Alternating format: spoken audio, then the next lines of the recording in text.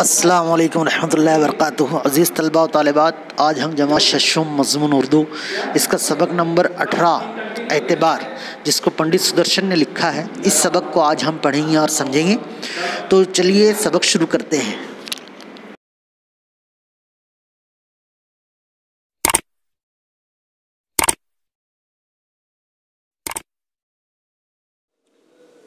अठारहवां सबक एतबार, जिसको पंडित सुदर्शन ने लिखा है, इस सबक को आज हम पढ़ेंगे। पहली बात देखेंगे, इसमें खलीफा हज़रत उमर रज़ी अल्लाह अन्हु के ज़माने में एक शख्स कत्ल के जुर्म में गिरफ़्तार हुआ। जब इसे आप रज़ी अल्लाह ताला अन्हु के सामने पेश किया गया तो उसने अपने जुर्म का इकरार कर लिया। खलीफा ने इसे सज़ाए मौत दी। मुजरिम ने वो सज़ा कबूल कर ली, मगर उसने हज़रत उमर रज़ी अल्लाह ताला अन्हु से 3 दिन की मोहलत मांगी। इसके बाद उसके बाप ने मरते वक्त कुछ सोना अपने छोटे बेटे के लिए मुजरिम के सुपुर्द किया था, जिसे वो लौटाना चाहता था। हज़रत उमर रज़ी अल्लाह ताला अन्हु ने मुजरिम से ज़मीन मांगा तो हज़रत अबू ज़र गिफ़ारी रज़ी अल्लाह ताला अन्हु ने इसकी ज़मानत कबूल कर ली। तीसरे दिन शाम होने तक अगर मुजरिम लौट कर ना आता तो उसकी जगह अबू ज़र गिफ़ारी रज़ी अल्लाह ताला अन्हु को मौत की सज़ा हो जाती। तीसरे दिन लोग मुजरिम का इंतज़ार करने लगे। जब शाम तक भी वो लौट कर नहीं आया तो लोगों की बेचैनी बढ़ती गई कि शायद अबू ज़र गिफ़ारी रज़ी अल्लाह ताला अन्हु को सज़ा हो जाए, मगर वो शख्स घोड़ा दौड़ाता हुआ आ पहुँचा। इसने खलीफा से अपना इंसाफ पूरा करने की दरख्वास्त की। मुजरिम के कौल का पास रखने से सारे लोग खुश हो गए और मुद्दई ने उसे माफ़ कर दिया। मुद्दई यानी जिसने उस पर इल्ज़ाम लगाया था, उसने उसको माफ़ कर दिया। इस तरह वादा निभाने की वजह से इस शख्स की जान बच गई और हज़रत उमर रज़ी अल्लाह ताला अन्हु का इंसाफ भी पूरा हुआ। इस तरीके से हज़रत उमर रज़ी अल्लाह ताला अन्हु क्या यहाँ पर एक वाक़या दिया गया है, उनके ज़माने का वाक़या है। इंसाफ से इसका ताल्लुक़ है। ज़ेल की कहानी भी इसी मौजू से मुताल्लिक़ है। जान पहचान देखेंगे हम। इस कहानी के मुसन्निफ़ पंडित सुदर्शन का असल नाम पंडित बद्रीनाथ है। वो 1896 में सियालकोट में पैदा हुए। अपने अहद के कामयाब अफसाना निगारों में उनका शुमार होता है। इनके अफसानों में समाज के मुतवस्सित तबके के लोगों की ज़िंदगी को पेश किया गया है।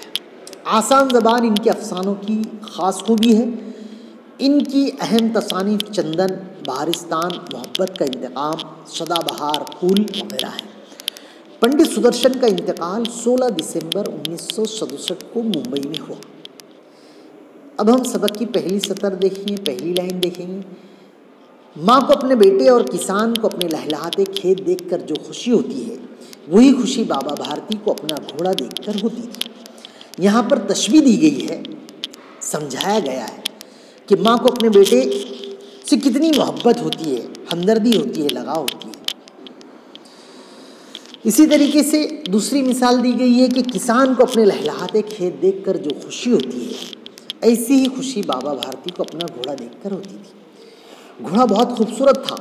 उसके जोड़ का घोड़ा सारे इलाके में ना था। बाबा भारती उसे सुल्तान कहकर पुकारते थे। सुल्तान के लफ्ज़ी मानी होते हैं बादशाह की। अपने हाथ से मालिश करते, खुद दाना खिलाते और देख देख कर खुश होते थे। उन्होंने रुपया, माल, असबाब और ज़मीन वगैरह सब कुछ छोड़ दिया था। यहाँ तक कि इन्हें शहरी ज़िंदगी से भी नफ़रत हो गई थी। अब गांव से बाहर वो एक छोटे से मंदिर में रहते और पूजा करते। मैं सुल्तान के बगैर नहीं रह सकूंगा, इन्हें वहम सा हो गया था। वो इसकी चाल पर फिदा थे। कहते, ऐसा चलता है जैसे मोर घटा को देखकर नाच रहा हो। जब तक शाम के वक्त सुल्तान पर सवार होकर 8-10 मील का चक्कर न लगा लेते, उन्हें चैन न आता था। यानी वो रोज़ाना शाम के वक्त में घोड़े पर बैठकर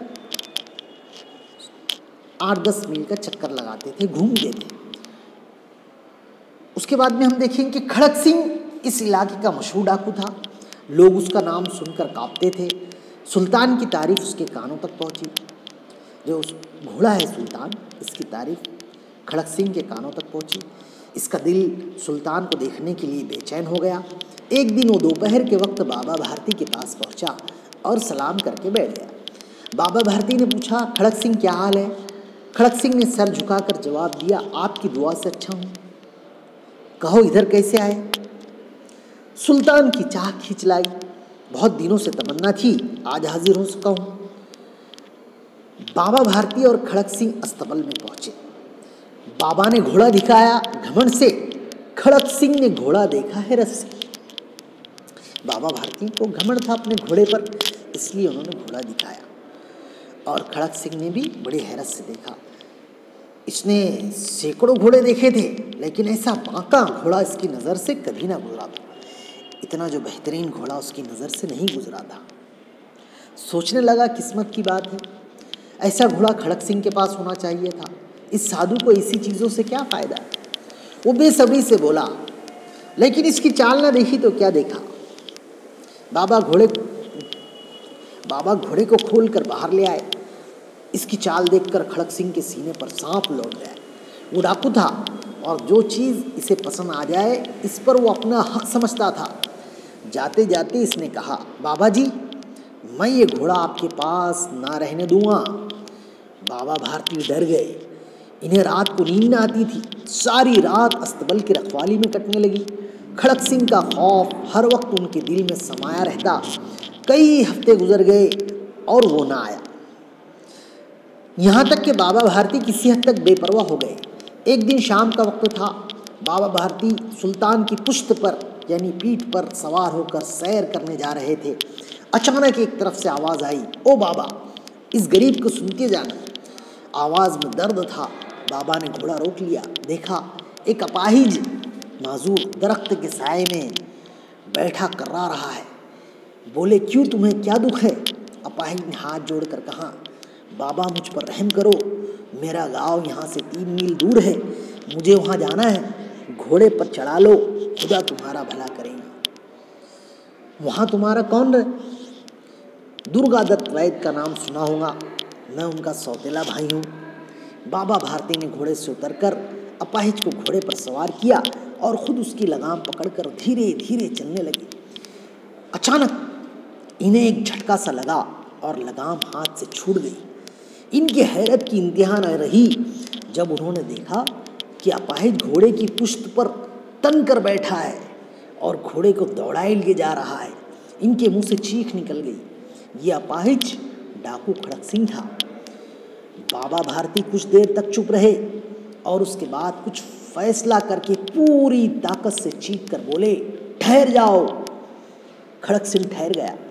बाबा ने कहा, ये घोड़ा तुम्हारा हो चुका, मैं तुमसे इसे वापस करने के लिए ना कहूँगा, लेकिन खड़क सिंह एक इल्तिजा करता हूँ, एक दरख्वास्त करता हूँ, इसे ठुकरा ना देना, वरना मेरा दिल टूट जाएगा। बाबा जी हुक्म दीजिए, मैं आपका गुलाम हूँ, सिर्फ ये घोड़ा ना दूंगा। अब घोड़े का नाम ना लो, मैं तुमसे इसके बारे में कुछ ना कहूँगा।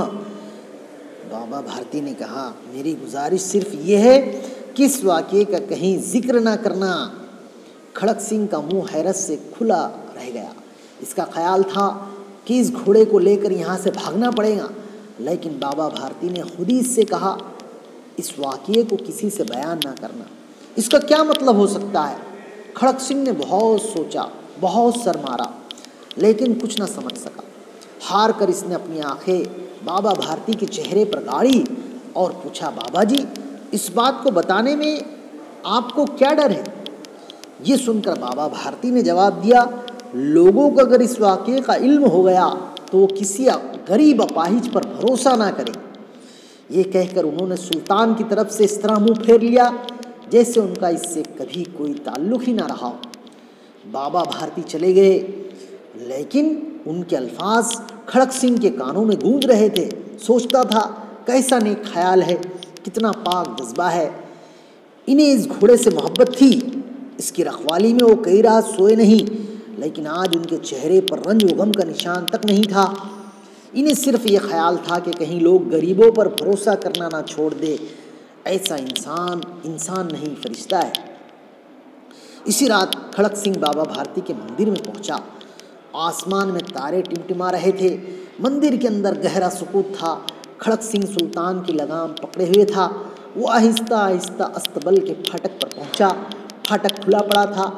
कभी बाबा भारती लाठी लेकर खुद पहरा देते थे, लेकिन आज किसी चोरी किसी डाके का खौफ ना था। खड़क सिंह ने आगे बढ़कर सुल्तान को उसकी जगह बांध दिया और बाहर निकलकर आहिस्ता से फाटक बंद कर दिया। सुबह सवेरे बाबा भारती ने अपनी कुटिया से बाहर निकलकर ठंडे पानी से गुस्ल किया।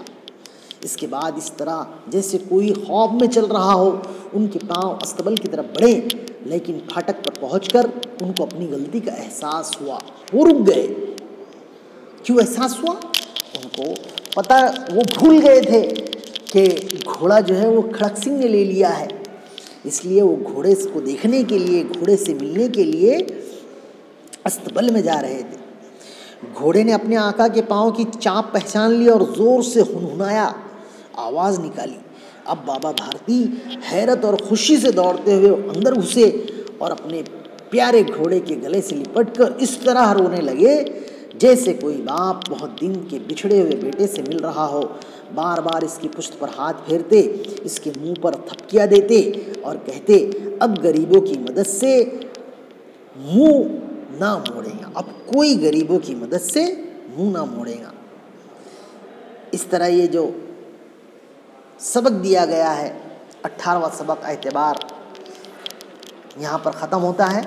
हम इसके अल्फाज मानी देखेंगे। एतबार यानी भरोसा, वहम होना यानी गुमान होना, शक होना, फ़िदा होना यानी निसार होना, कुर्बान होना, चाह यानी मोहब्बत, चाहत, अस्तबल यानी घोड़े बांधने की जगह, सीने पर सांप लौटना यानी जलना, हसद करना, अपाहिज यानी माजूर, दिल टूटना यानी दुख होना, तकलीफ़ होना, सर मारना यानी बहुत गौर व फिक्र करना, सोचना, सुकूत यानी खामोशी।